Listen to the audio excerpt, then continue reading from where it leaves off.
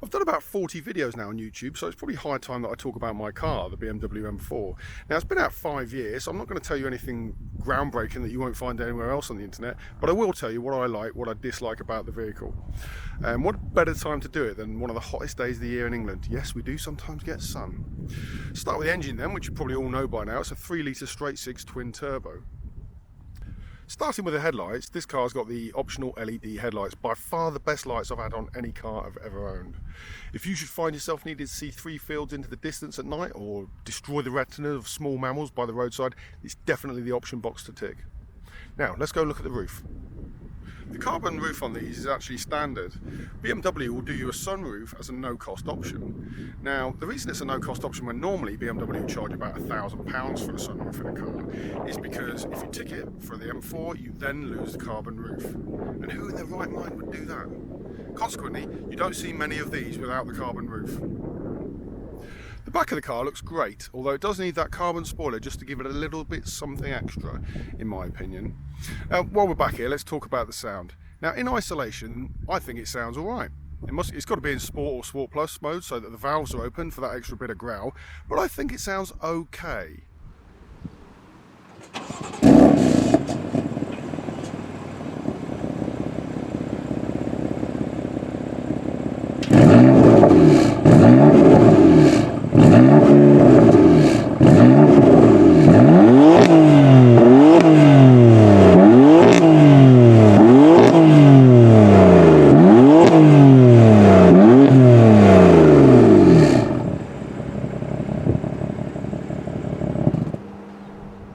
However, if you compare it back to back with its contemporaries from Audi or Mercedes, your opinion will probably soon change. I'm sure Mercedes have engineers whose sole purpose it is to ensure that their AMG models, when they come off the production line, sound like Krakatoa on a bad day. Whereas I get the impression that BMW engineers, they build the car, start it up, shrug and say, yeah, that'll do, sounds fine.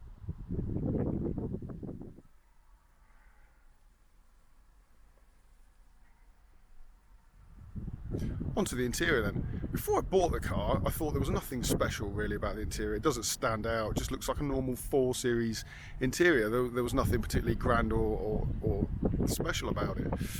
However, once you live with it, you learn to find that it's very well laid out, it's sensible, everything makes sense, it's a very comfortable place to be. My only gripe with the seats, which are excellent by the way, is the fact that because it's a coupe, I find myself tending to have to lever myself to get out of the car. I suspect that's common because you don't see many of these that don't have worn leather on the bolsters, some worse than others. Top tip though with the seats, be careful when adjusting them forwards. It is possible to move them into a position where when they go forwards, they will make contact with the sun visor and break the mirror. Not the greatest design there, BMW. Space in the back is good, better than expected in fact. I recently took 2 other people, plus luggage, down to Le Mans for the weekend. My 6'+ ape-like mate didn't complain about space once while he was in the back, although that's possibly because he spent the entire time moaning that the air conditioning was too cold. Can't have everything, but evidently there's plenty of room in the back, which is something of a surprise to me, I'll be honest. This car's fitted with a few options, and amongst them is the head-up display, which I thought would be a bit of a gimmick to be honest, but it's absolutely brilliant. It'd be the first option that I'd tick now if I was buying one new. Depending on how you have it set, it will show you speed, speed limit, rev counter, sat-nav information, and so on. It's so useful, I rarely find myself looking at the clocks anymore. Another option which I thought would be pointless is the 360-degree camera. Again, I use it loads. It makes reversing into spaces incredibly easy and checking for awkward curves and so on. I mean, we can all do this anyway, but who doesn't like their life being made that little bit easier? Another option which I think is good is the Harman Kardon sound system, although I admit this is subjective. If you're the kind of guy who likes to play music so loud that your ears bleed, with bass thumping through the car at a level that sets off seismic detectors and bits of trim fall off your car as you're driving down the road, you might disagree, but it works for me, I like it, I'd pay the extra.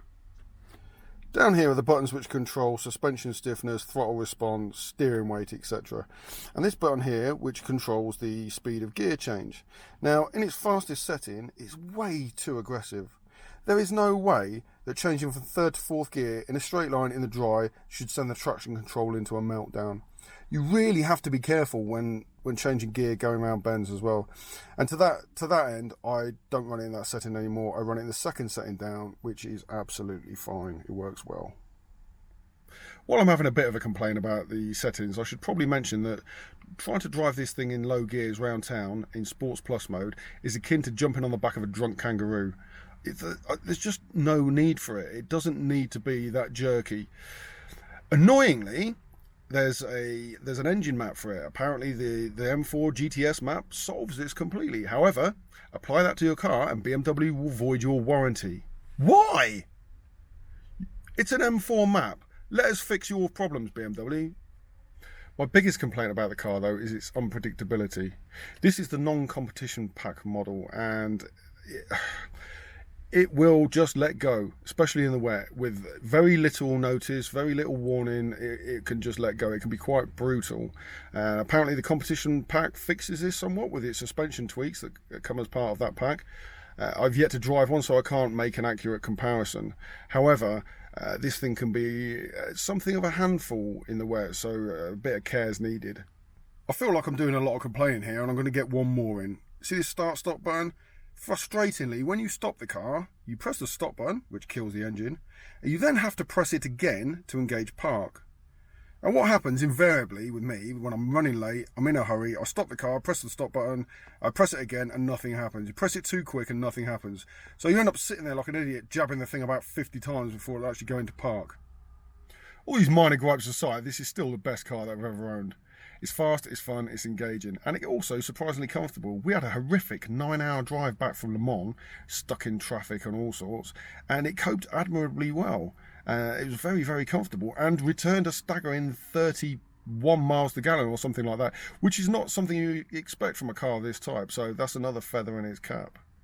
Sooner or later, though, I will move it on. I don't keep cars that long in comparison to normal people, and that'll be a sad day. Unless, of course, its Jekyll and Hyde personality has thrown me into a soggy ditch at some point, backwards off a roundabout, in which case I'll be glad to see the back of it. But in the meantime, I'm going to carry on enjoying driving this car.